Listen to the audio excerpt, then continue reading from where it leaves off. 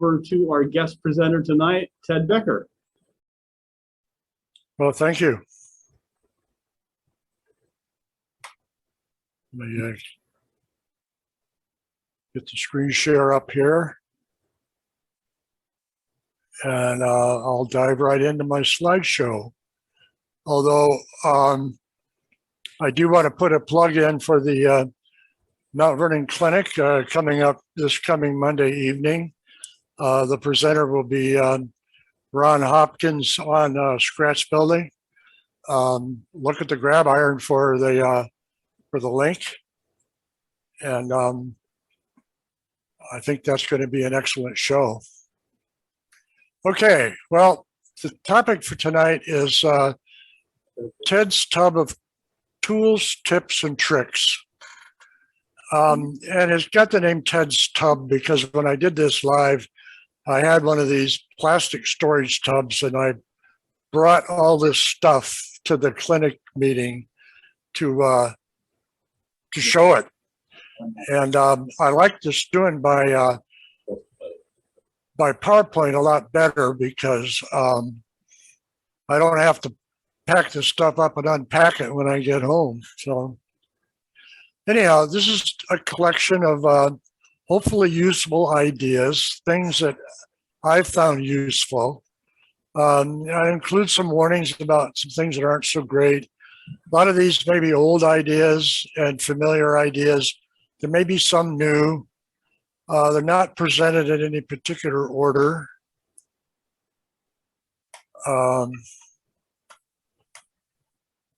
I guarantee you will learn at least one new idea from this presentation. I'm cheap. I'm not ashamed to admit that I'm cheap. I'm always looking for a bargain or a less expensive way of doing things. On the other hand, I recognize the value of spending some money to do a better job, to get a better tool or whatever. It irritates me when I see items for sale at prices that are much higher than available at other sources. And I may be able to point out a couple of those during this presentation.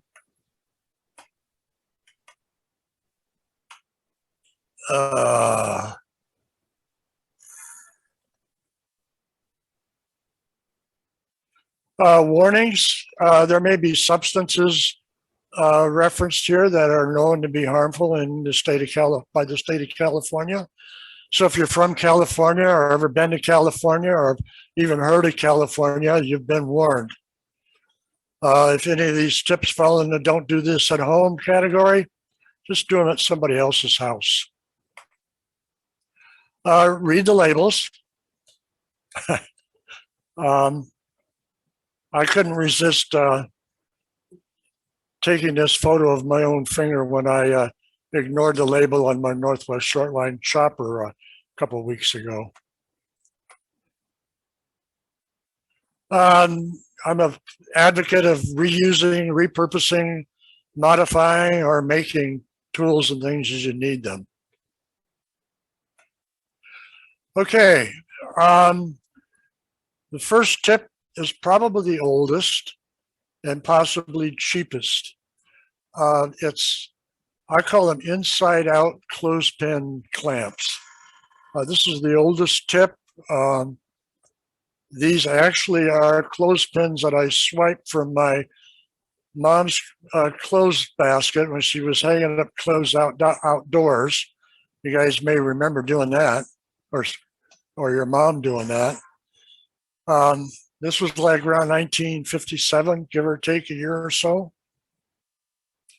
When I did this live a few years ago, I went to Dollar Tree to buy some modern present day wooden clothespins, and by golly, I got 3 dozen of them for $1. So that may be the cheapest tip.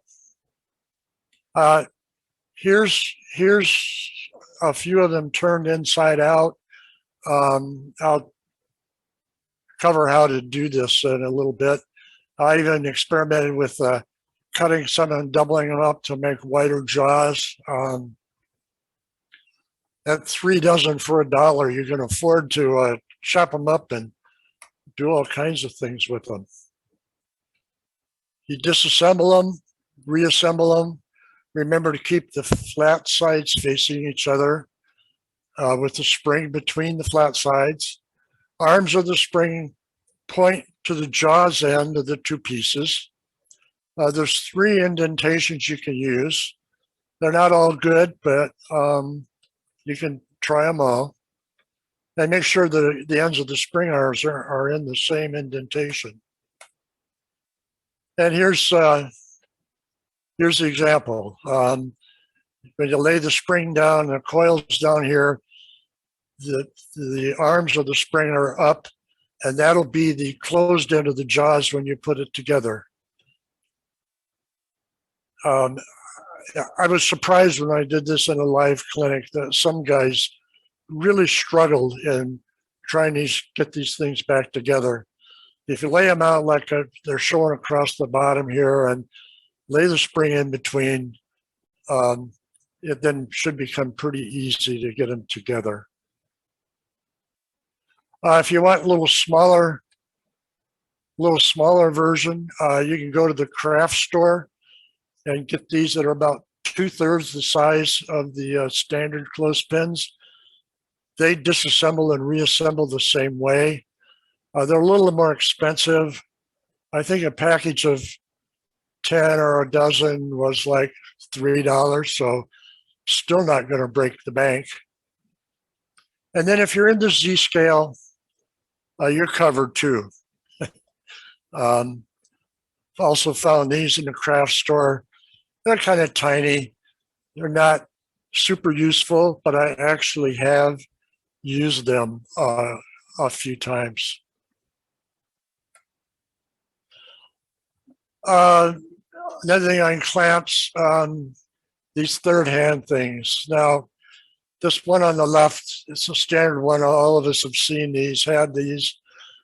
Many years ago, I took the alligator clip out to use it for something else. And I use this so seldom, I never put it back. They're hard to adjust. The little ball joints and stuff don't work smooth. They were just a pain. Then I tried soldering alligator clips to some 12 gauge copper wire.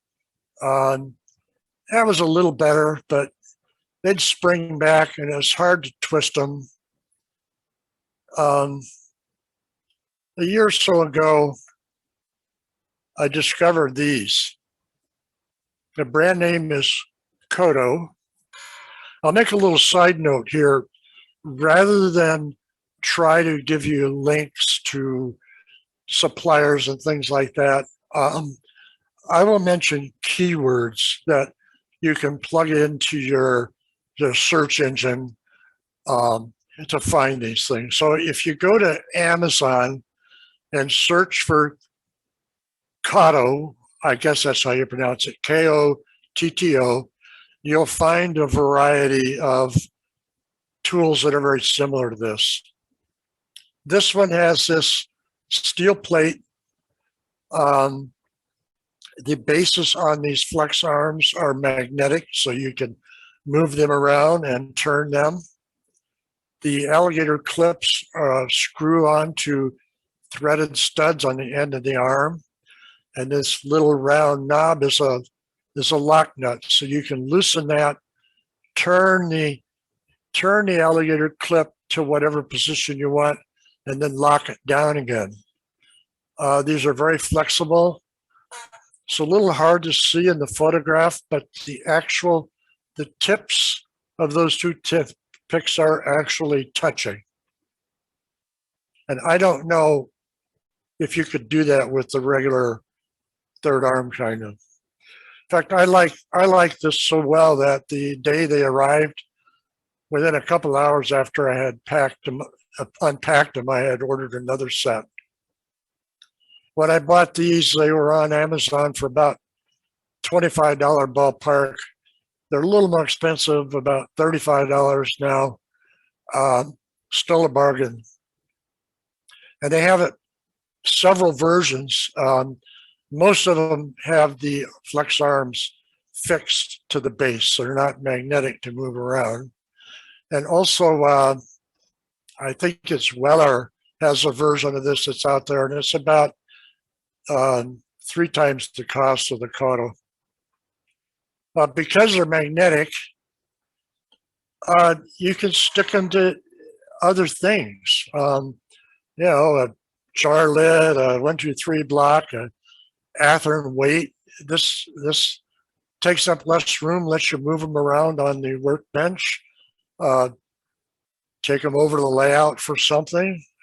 So having the magnetic bases makes them more flexible. And this is a nice heavy duty steel plate. It's well over an eighth of an inch thick. I think it's 2/10 of an inch thick.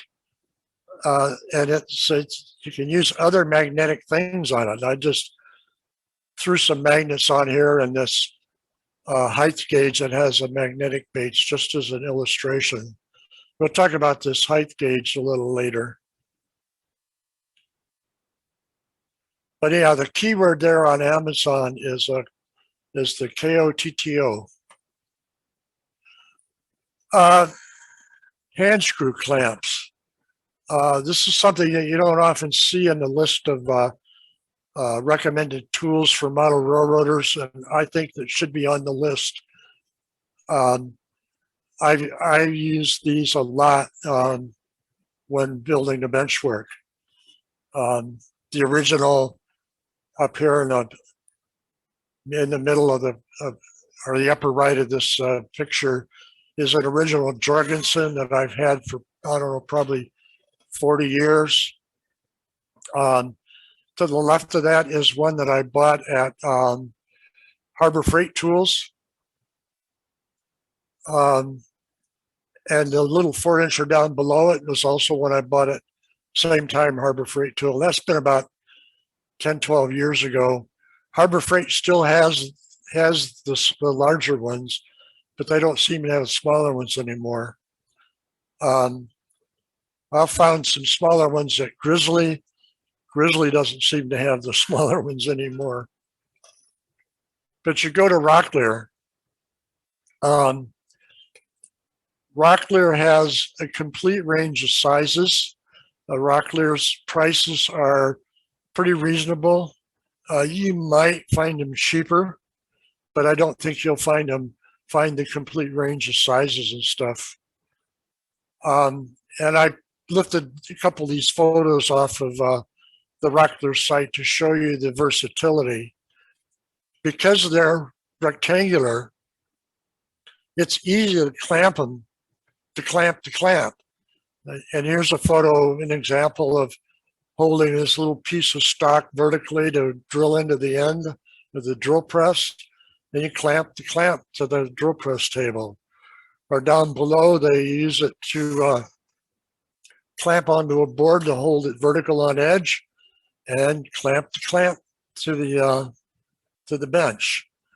When I was setting up my bench work, at one point I remember I had a lash up of 3 clamps to leg and a L girder and some other piece. So I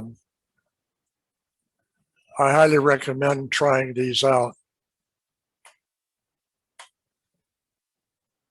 Come on. Another very handy tool is a small mirror. I like this folding compact mirror, and that's a keyword to search for online. I bought this one at, I think it was at Walmart for $1 or $1.50, like a dozen years ago. And by the way, it's polished stainless steel, so if you break it, if you drop it on your concrete floor, it's not going to break. I like the folding because it can stand up, and I use it a lot for sighting down track to get it perfectly straight. The other big use for it is on the bench. A coupler height gauge. My experience is when I put my little test track on the bench with the height gauge in a car. I can't see. I got to get down on my knees on the floor to see sideways, to look at the couplers from the side. The mirror makes that a lot easier. Of course, if you're looking at yourself like I am here in this photograph with a dark shirt on, put a piece of white cardstock behind it, makes it pop out a lot easier to see. So while I got this set up out, I'll talk about another tip with KD couplers. You notice this coupler is a little bit low. And of course, if you look at the coupler box lid, you can see why. But the point is, you know, if I had a car with the properly attached box lid that was this high, you know, that's maybe close enough that I might not go to a lot of effort to correct it. But the thing is, if you pull that car away from the gauge, looks what happens. That's the true height of that coupler. And that's definitely low enough that it needs to be addressed. So the tip here is the advice is to make sure your glad hand pin is not resting on the lip on the height gauge while you're measuring your coupler.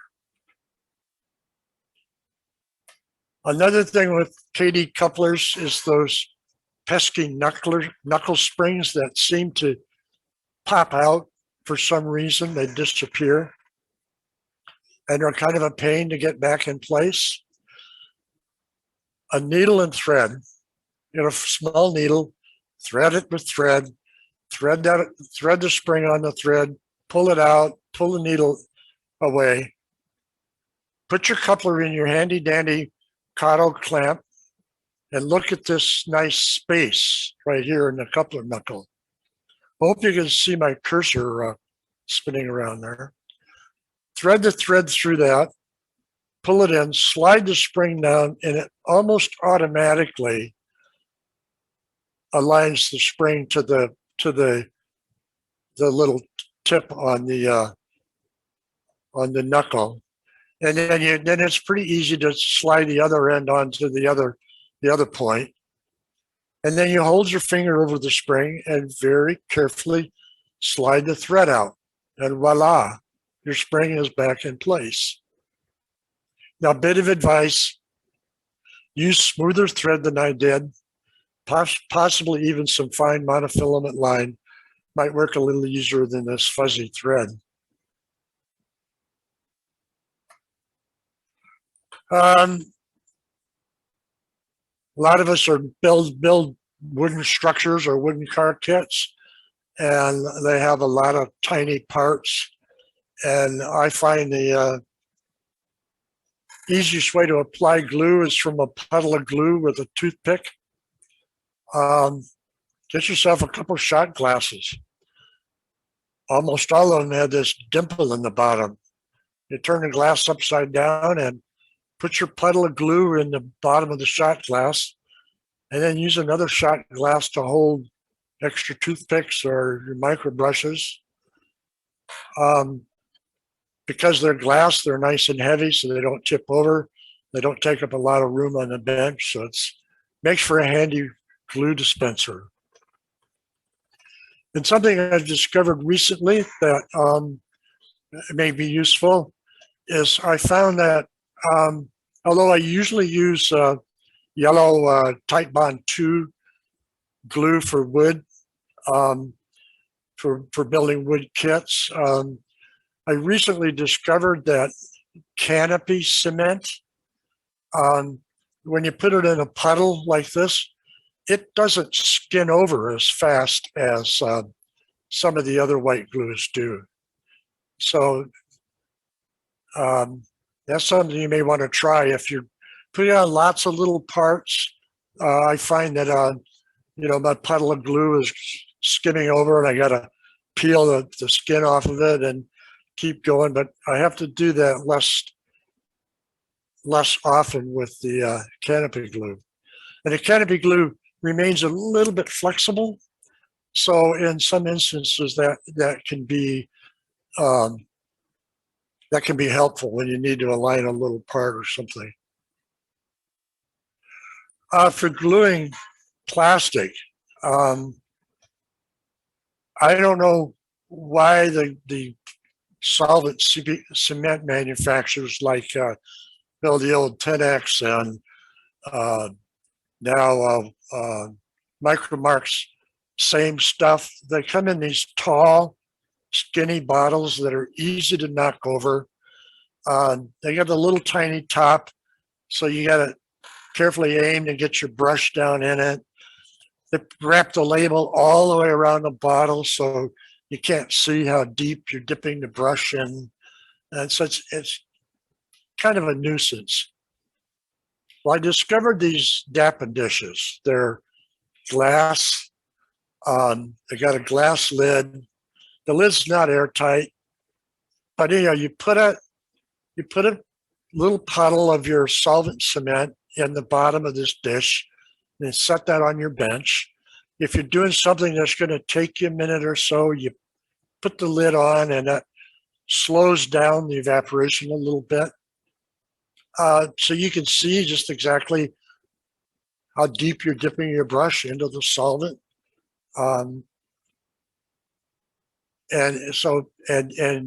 it's almost impossible to knock these things over to spill your glue all over the table. I've added normally when I put just barely coat the bottom with a layer with the solvent cement. And normally I can work from that for maybe 10 or 15 minutes or so before it evaporates. I don't put too much in there because most of it's going to evaporate away. But one thing I discovered is micro weld. It evaporates a lot slower. And in fact, I've had it last for a couple of hours. I was working, I put the lid on, went in the house for supper, came back out, and there was still a usable amount of the cement still left in the bottom of the dish.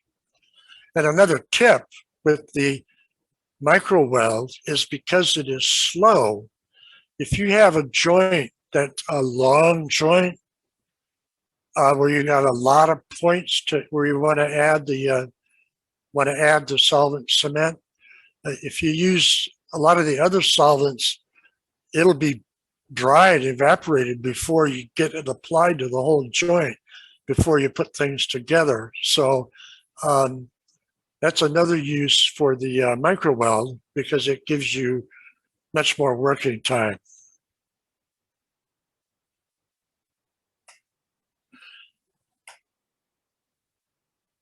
And then to put the cement in the Dapper dish, I highly recommend these disposable pipettes. Here again, keyword to search for is either disposable pipettes or transfer pipettes. These are very inexpensive. These smaller ones, a few years ago, I got like 100 of them for a couple of dollars. These things have gotten a little more expensive now, but still, if you shop around, they're very inexpensive. There are more expensive sources like the small tool specialist I mentioned before. You can pay more for them, but like I said, shop around. Paint solvent, cement. I use the bigger ones for dribbling scenic cement, diluted or even non-diluted net medium on scenery and things like that. So there are dozens of uses for them.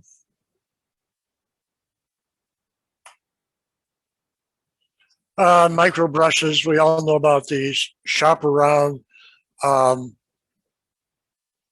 the cosmetic, the cosmetic department on Amazon or eBay, you'll find different sizes and different colors, large quantities for reasonable prices. Okay, here's a tip. Take your NMRA gauge, lay it on a sheet of plastic, scribe around it, snap it out, and then glue it to various bases. You see here, I mounted it on one on a truck. I mounted another one on my test car, and the one down here on the bottom, that's just 1/4 inch evergreen styrene glued on either side, and then a piece of I think that's 20 thousandths or maybe 40 thousandths plastic that I cut to exactly the rail gauge and glued it very carefully centered. Because these will stand up. The NMRA gauge is nice, but if you want to check clearance, it's nice if it'll stand up for you. The other thing is, if you have these, you can set on the track. You can test. You can take 2 of them, and locate the fouling point near your turnouts where cars on an adjacent track are going to bump into each other. When you put these on the truck or on your car, you got to measure it carefully to make sure the top is the correct height above your railhead. But that's probably really the only tricky part of making one of these gauges.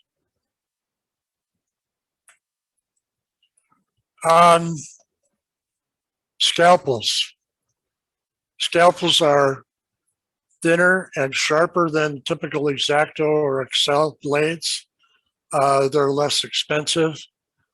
A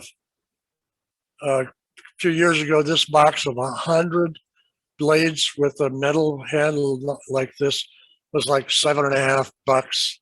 Again, they're a little more expensive now. They're like 12 or 13. Buy them on Amazon, eBay, other sources. One word of caution, 2 words of caution. One is these are designed to cut flesh, and your fingers are flesh, so just be aware.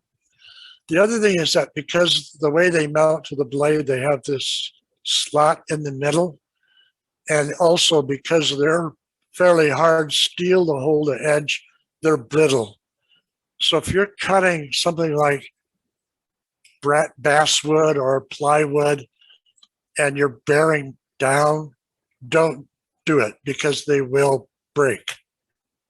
So if you're going to do heavy duty cutting, then go back to your Excel blade or utility knife.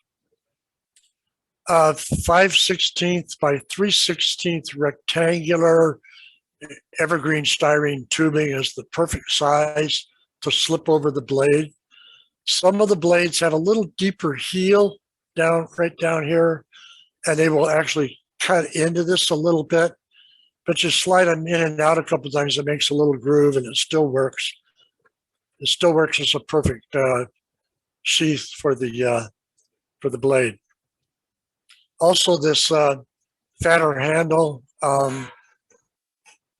These are available for a few dollars. I bought this one several years ago for like, I forget, like $3 or so. Again, you can pay a lot more for these with at the small tool specialist. The thing to be aware of is that there's different sizes of handles. This standard size here, or the smaller size, is a number 3 handle. So if you're going to buy an aftermarket handle, make sure you get a number 3 handle so your blades will fit. Our models are dust magnets. They collect dust. And one of the best things to dust them with is a soft makeup brush. Again, you're headed to the makeup department. I bought this one at Target a number of years ago for 98 cents. And it has this nice plastic shield that I slide up over the brush to protect it when it's rolling around in the drawer and stuff.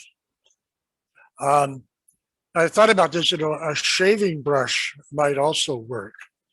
I personally do not have a lot of experience with a shaving brush, but it is a possibility.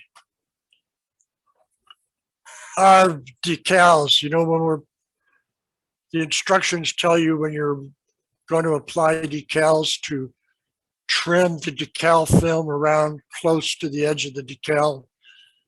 And a tool that is almost essential for doing that is a light box. The light boxes are big and bulky, and but there's a much more compact alternative. It's called an LED light box.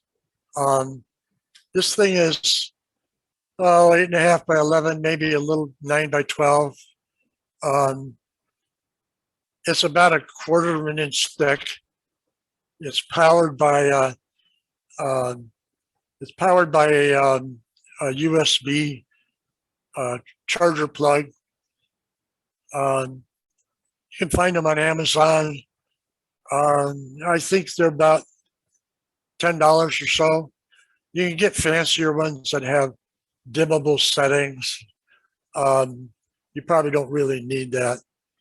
The keyword to search word here is LED light box, but don't cut directly on this because it's plastic and you'll cut it up and scratch it up.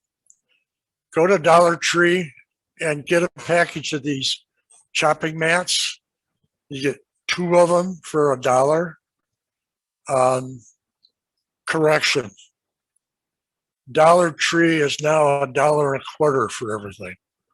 Just recent change. Anyhow, you get 2 of them. They're quite a bit bigger than that, than the light box, but so they're easy to cut.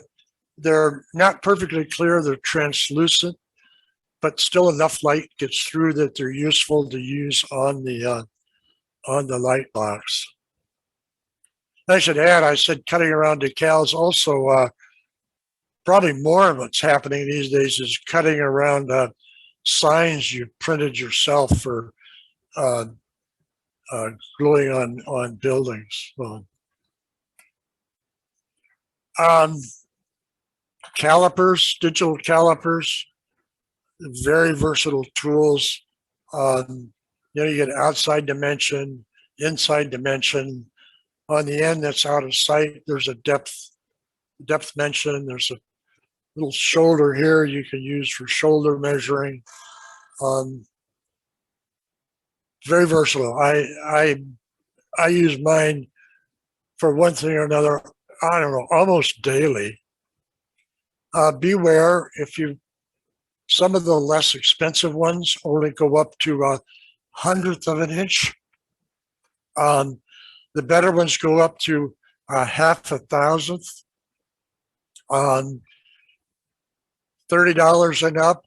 You can buy a Starrett or the higher end Mitoyos for well over $100. But should be able to find a decent pair on Amazon for between, I'd say, $30 and $35. Excuse me a second, I need to wet my whistle.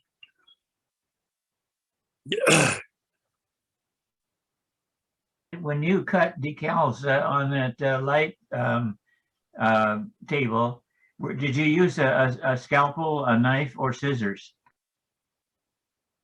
I cut with the knife. Oh, to cut the cutting pad? Yeah, cutting close around decals. Oh, cutting. I just use a knife.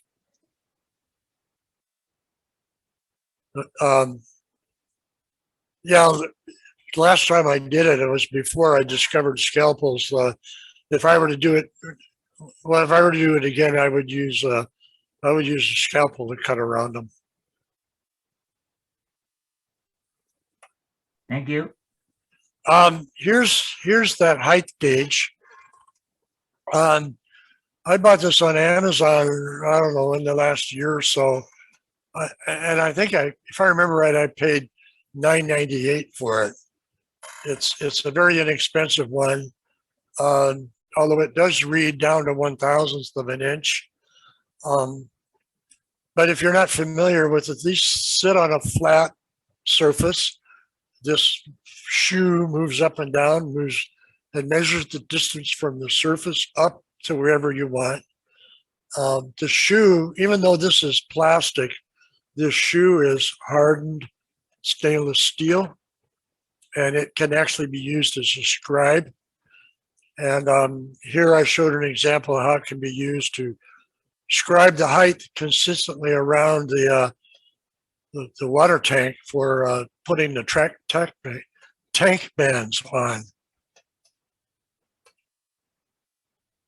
And again, just a digital height gauge will get you to what you want.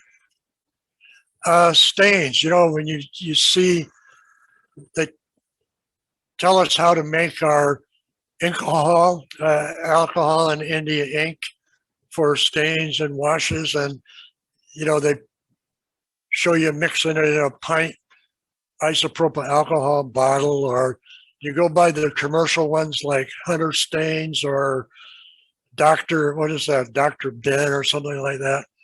And again, like the solvent cement, they're in these tall, skinny bottles that are easy to knock over. You can only get a small brush inside. I mix my own, and I use these wide mouth mason jars.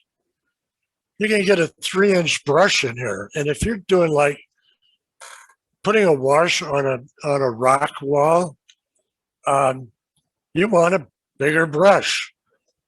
And then this is a nice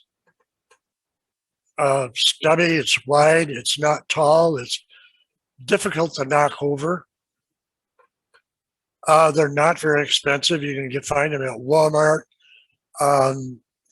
Up in my area, Ace Hardware has them, but we're in a rural area, so there's a lot of people gardening and canning. So you may not find them in your Ace Hardware in, I don't know, downtown Bellevue or something. But anyhow, a lot of places have mason jars. They have a nice rubber seal, so they're this one. This has lasted for years and it hasn't dried out. If you do damage the seal, you can get replacement lids because these are standard item. And when you're canning fruits and vegetables, you use a new lid every time. So the lids are available separately and they're inexpensive. And again, wide mouth mason jar is the key word you want. We use Q-tips for all kinds of things. Q-tips are soft and fuzzy and fall apart, and the ends are kind of blunt, so you can't get them in tight places. Gun swaps, and I gotta credit Al Carter for this suggestion. You can see these come to a finer point. The diameter of this swab is probably about 2/3 the diameter of a regular Q-tip. So they are smaller, pointed, and the cotton itself is much, much firmer.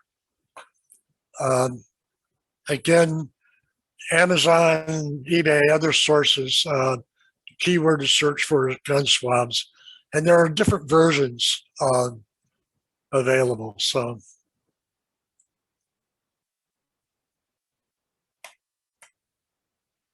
I wish I'd had that gun swab this afternoon trying to wipe the solder paste off a piece of rail with Yeah. a regular Yeah, well, Q-tip. the regular Q-tip will just fall apart in a lot of cases. Tell me about it. Rubber bands, you're assembling stuff. It's nice that, put a rubber band around it. You could make a homemade clamp by taking 2 popsicle sticks and wrapping a rubber band around it. This pile of rubber bands came out of a bag I got at Dollar Tree. That's a lot of rubber bands for $1.25, excuse me. And if you like, you're assembling a structure or a car kit or something, and you need to hold part on with the rubber band. So you put the rubber band around it and hold it, and then when it's ready to take the rubber band off, you might break something taking the rubber band off. These are cheap enough. You just take your diagonal cutters or your knife and cut the rubber band and throw it away. And then you get rubber bands. Sometimes I find mail in my mailbox with several things rubber banded together, or I get something shipped and the rubber band together. I just throw those rubber bands into this pile. So I have this little drawer unit that I put these in, and so they're handy. And you can see there's all kinds of thick ones, and there's some long, skinny ones. A real assortment.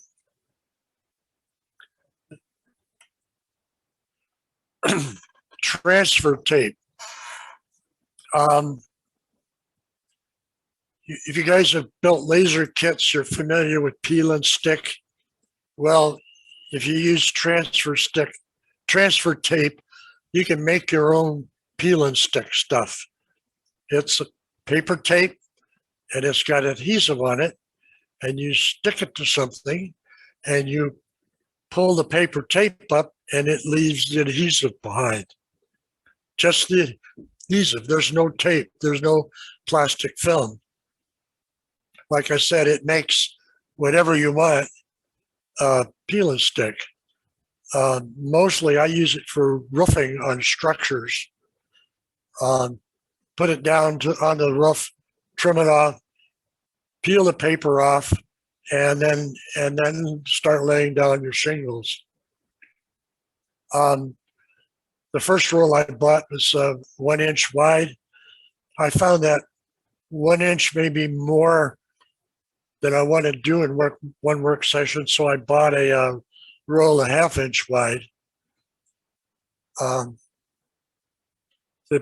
This is 3M, and it's model number 465. They have other model numbers or part numbers.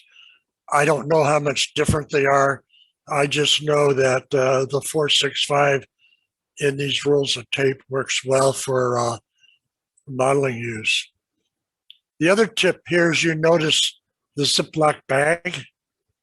If you get specialty tapes like this, I also have some that's the very narrow automotive masking tape. Keep them in a Ziploc bag, and you don't collect so much debris along the edges. You can see it's not perfect because you can see down here that I've got some debris that's got on the edge of these rolls of tape, and keeping them in a plastic bag cuts down on that kind of accumulation.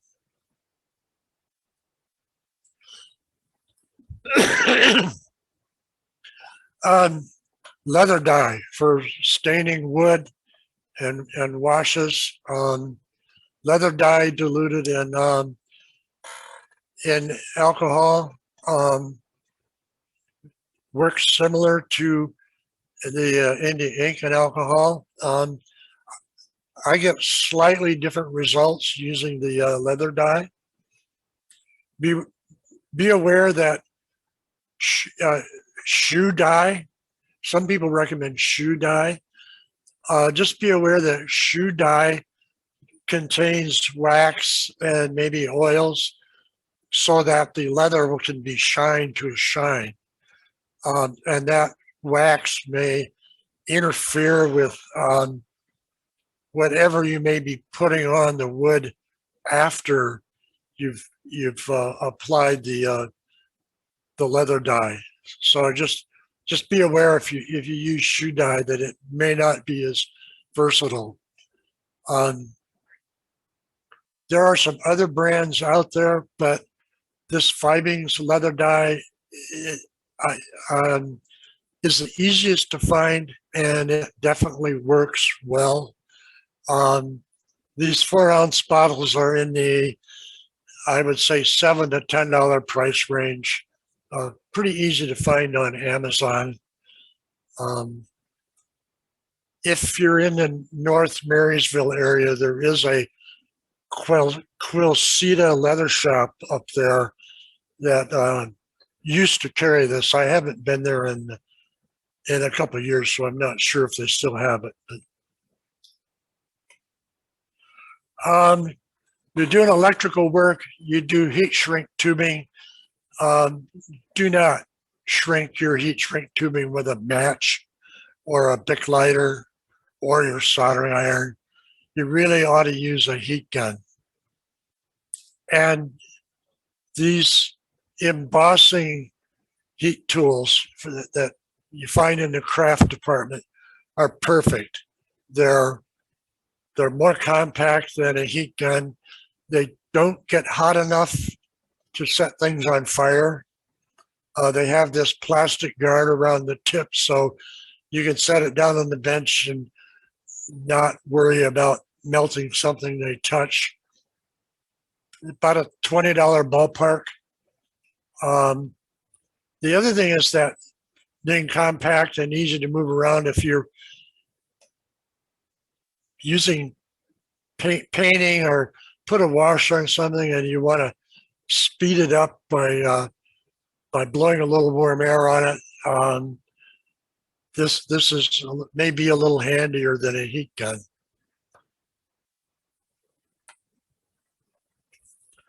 Back to bench work and stuff. I just love these pull saws. They cut on the pull stroke. They're very flexible. They're very sharp. They cut very fast.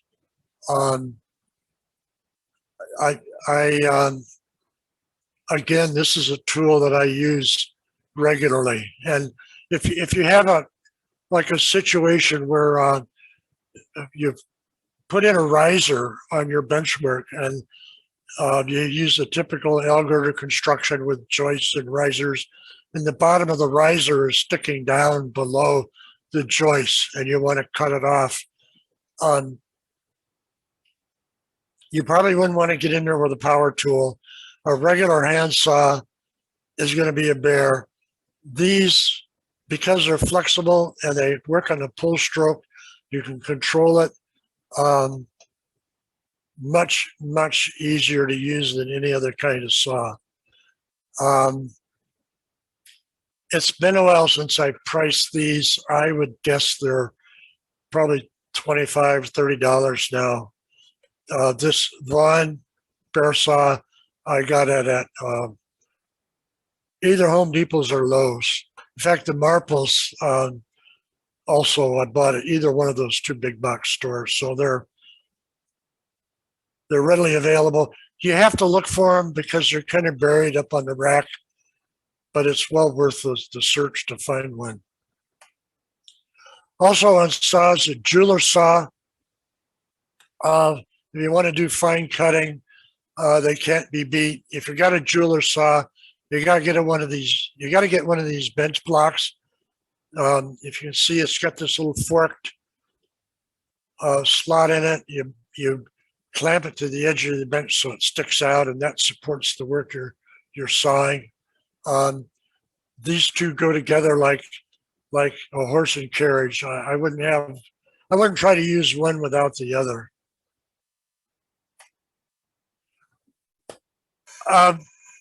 a tool, an invaluable tool, is a camera. For model, in the camera by your modeling bench. It doesn't have to be inexpensive. Like this, what I have is this Canon SX620. This is my camera for traveling and all kinds of stuff. You don't need that good a camera. You could a little point shoot, your cell phone, a tablet.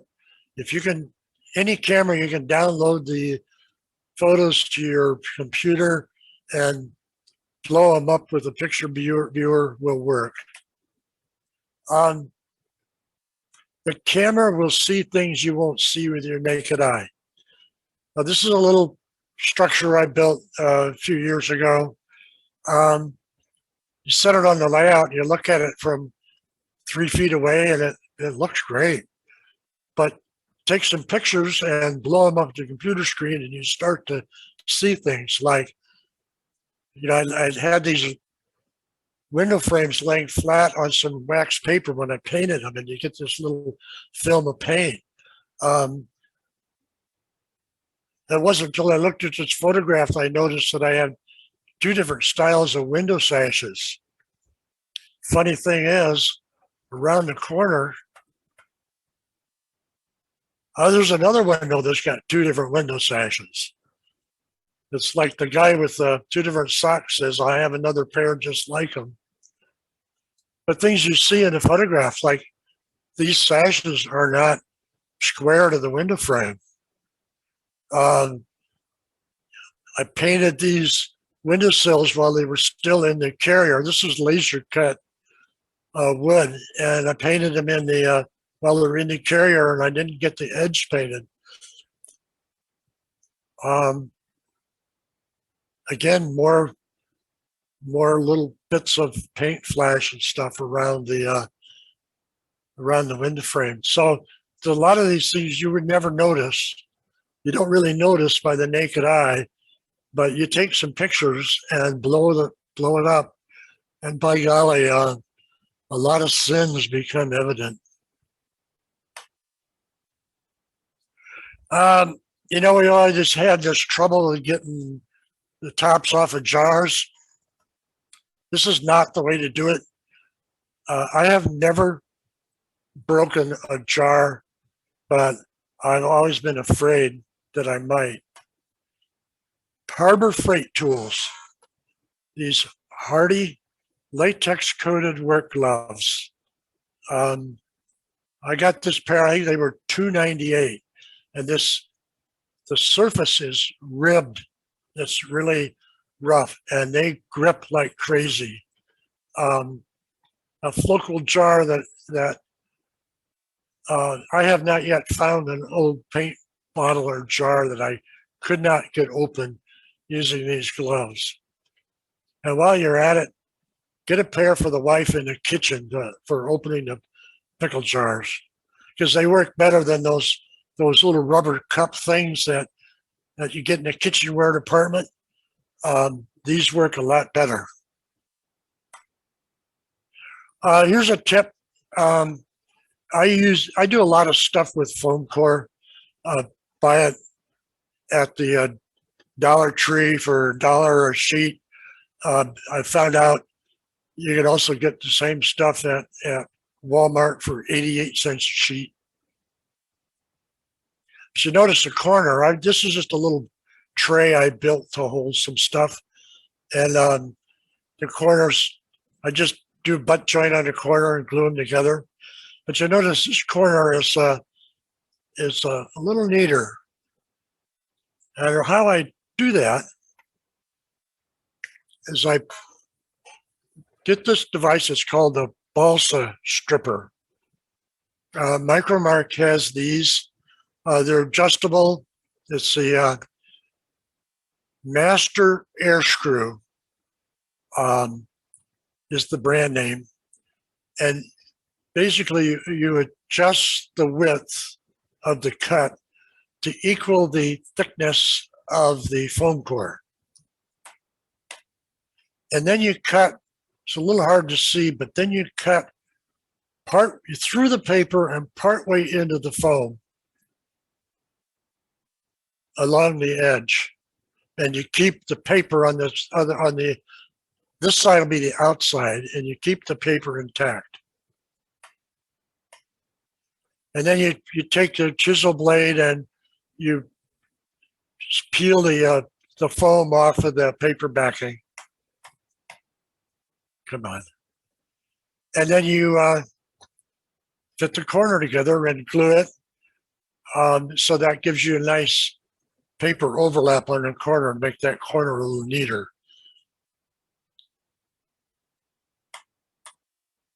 See if other useful tool is a lot of you have laser levels that are 15-inch or 24-inch laser level,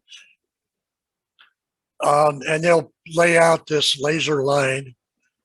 I find this little Black & Decker a lot handier to use for stuff on the layout, lining bits of bench work, or laying out straight track. There's and these are still available, Black & Decker. They look slightly different, but it's the same basic tool.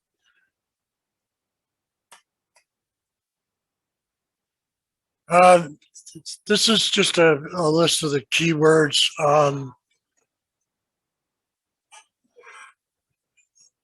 A list of keywords for the various things. I have this available as a separate file if you are interested. Feed these into the search engine.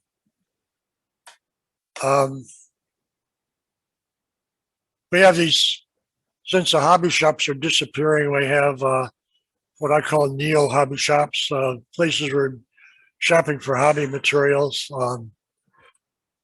Craft stores, dollar stores, Harbor Freight, Grizzly, Amazon, cosmetic department. Other sources, eBay, Micromark. Remember the NMRA partnership program discount. Some of the cautions I gave you about pricing on Micromark pays to shop around.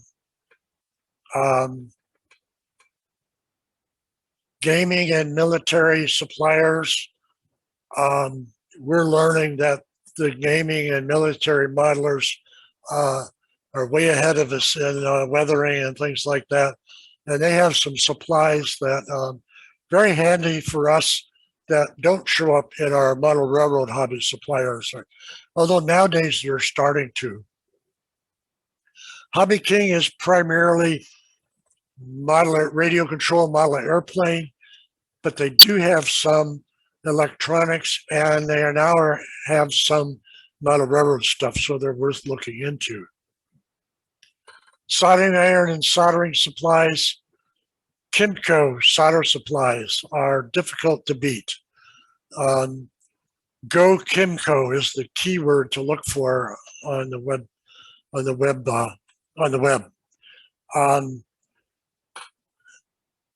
The soldering iron, the Heiko soldering iron I recommend is available from Kimco, and soldering tips, solder. It's difficult source to beat. Another source that, whoops, I didn't mean to exit my presentation here. Another source that, yeah, I think I will end that now. Another source that I have found recently that is quite useful is Zorro Tools. And that's kind of a strange name, but I discovered these because I ran out of contact cement and weldwood, not weldwood, excuse me, the Titebond 2 glue, and all the sources online I looked for were out of stock, and I finally found Zorro tools. They are really industrial suppliers, as you can see, but they do have things in smaller quantities, and they do not gouge you with minimum orders or large shipping fees like some of the industrial suppliers do. Now that's weird. I did a search for tight bun and I came up with a toilet seat. Anyhow, Zorro tools, I highly recommend looking into them.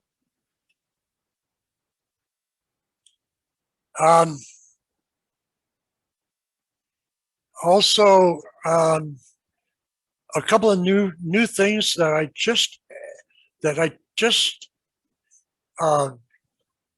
landed on in the last few days.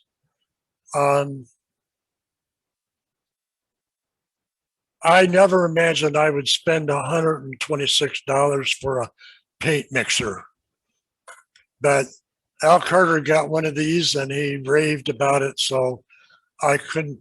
All right, I had to splurge, and believe me, it's worth it.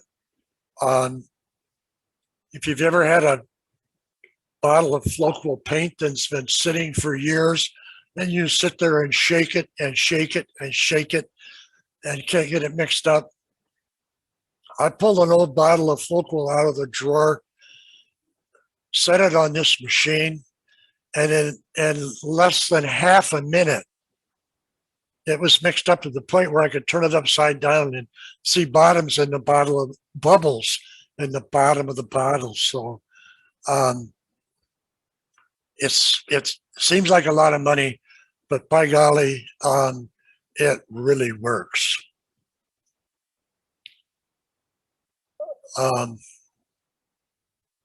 Another recent purchase that just arrived today that I haven't had a chance to really use yet is I've seen recommendations for silicone sheets for a building surface. And the ones I'd seen were fancy. They had little compartments for setting your glue bottles and little ridges and things like that. And I wanted something smooth. And so I discovered these on Amazon. They're 11.8 by 15 inches. So that's a nice working size. They're flat. They're pretty thin, less than a 16th of an inch. They're very flexible. They're non-skid. I put a bottle on it, and the bottle that I set on my regular workbench, I could kind of push it around with one finger, put it on this, and it doesn't want to slide. So, and they're also non-stick. So you spill glue and stuff on it, it shouldn't stick. So, like I said, I haven't really tried these yet, but they look very promising.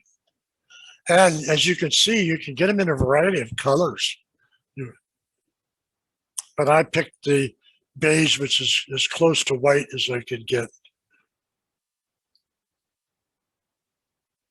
And let's see, there was one other. I recently bought a Badger airbrush, and I've had a Pache for years, and I wanted to get a quick disconnect so that I could easily swap the airbrush on the end of my hose. And I found this set on Amazon, and it comes with the quick disconnect coupler and 3 different sizes of the adapters to go on your airbrushes. So, and at $8.99 for this whole set was quite a bit more reasonable prices than I've seen at other sources. And a quick test, they work well, they're airtight. So you do a search for these UBest airbrush quick disconnect on Amazon and you can come up, you should be able to find these. So that's all that I have. Any questions?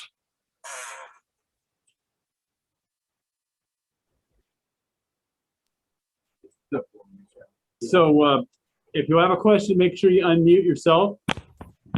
Brian Ferris has been sitting here monitoring the chat, so I'm going to ask him to go through those for us. Oh, yeah, I just opened the chat. You buy the shot glasses at a secondhand shop like Goodwill or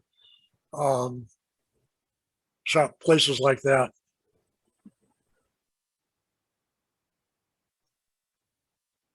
Now, one of the two shot glasses in the photograph was one I bought when I was in college. It has the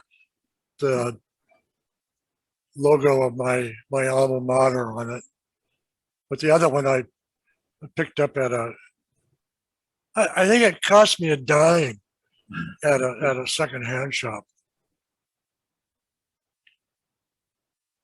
Any other questions or comments?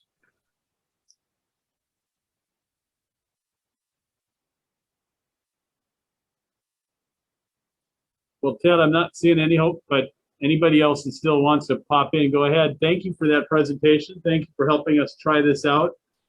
So sitting here in our live room was wonderful. We watched you on the big screen. We could hear it well. Good. Really, really well. So we're really happy with that. And the only thing we wanted to do now is see how well you can hear us. So make up a question from the back of the room for me.